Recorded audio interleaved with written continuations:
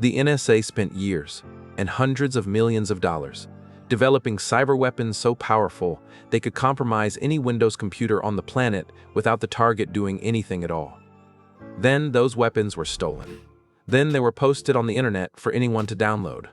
Within 3 months, criminals used them to shut down the UK National Health Service, freeze operations at FedEx, and bring a Ukrainian power grid to its knees again. The NSA watched its own tools destroy the infrastructure of its allies. No one has been officially charged with stealing them. The NSA's Tailored Access Operations Unit, TAO, is the agency's elite hacking division. They develop custom exploits targeting specific systems, nation-state adversaries, and critical infrastructure. Their tools are classified, compartmentalized, and stored on secure systems. In the summer of 2016, an entity calling itself the Shadow Brokers announced they had stolen a cache of NSA hacking tools. They attempted to auction the first batch for 1 million Bitcoin. There were no buyers, so they published everything. The Shadow Brokers' identity remains officially unconfirmed. U.S. intelligence officials and independent researchers have assessed with high confidence that the leaks were connected to Russian intelligence. Specifically, that Russia either stole the tools directly from an NSA staging server or obtained them from a contractor who had taken them home. The leading theory points to a careless NSA contractor who copied the tools onto a personal computer for work at home. That computer was then compromised by Russian hackers who recognized what they had found. The most consequential tool in the Shadow Brokers' dump was EternalBlue, an exploit targeting a vulnerability in Windows SMBv1 protocol, the file sharing system. EternalBlue required no interaction from the target.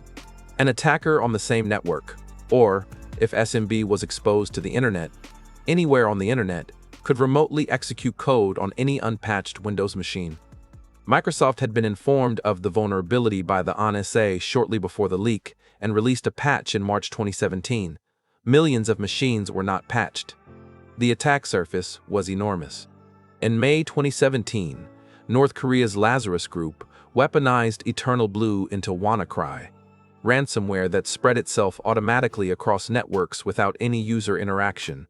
It infected over 200,000 systems in 150 countries in 72 hours. The UK's National Health Service was devastated. Hospitals cancelled surgeries. Ambulances were redirected. The ransomware's kill switch, a domain name hard-coded into the code, was accidentally discovered and registered by a 22-year-old British security researcher, which slowed the spread. By then, the damage was done. 1 month after WannaCry, NotPetya hit. Attributed to Russia's sandworm unit, NotPetya used EternalBlue along with credential harvesting tools, also from the Shadow Brokers' dump. Unlike WannaCry, NotPetya was not ransomware. It was a wiper disguised as ransomware. There was no decryption key. The goal was destruction.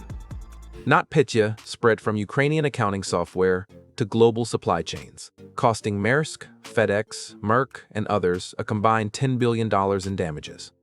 Maersk had to reinstall 45,000 PCs and 4,000 servers in 10 days. The first lesson of the Shadow Brokers incident is about vulnerability disclosure. When the NSA discovered the SMBv1 vulnerability, they kept it secret, classified it as a weapon. Had they reported it to Microsoft immediately, a patch could have been deployed before criminal groups ever got access to EternalBlue. The vulnerabilities equities process, the U.S. government's framework for deciding whether to keep or disclose vulnerabilities, was overhauled after this incident. But the fundamental tension between offense and defense in vulnerability management remains unresolved. For organizations, the Shadow Broker story is a patch management lesson written in $10 billion of damages. EternalBlue's patch was available. Microsoft released it in March. WannaCry hit in May. NotPetya hit in June. Organizations that patched in those 2 months were immune. Organizations that did not have their networks flattened. Patch management is not glamorous security work. It does not generate incident reports or threat intelligence feeds. But consistently patching known vulnerabilities closes the door on the majority of all successful cyber attacks. The case also illustrates the risk of government stockpiling offensive cyber capabilities without adequate operational security. Intelligence agencies need offensive tools. But those tools are extraordinarily dangerous when lost. The vulnerabilities.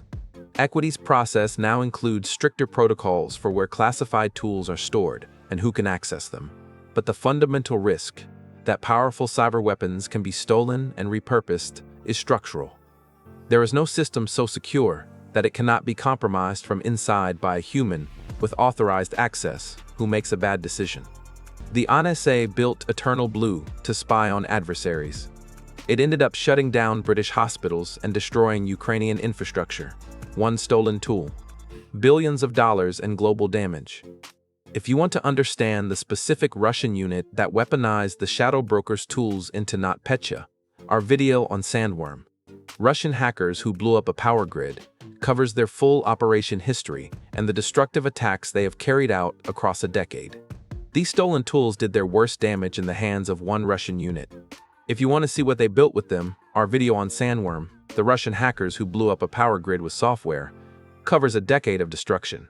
It is on this channel.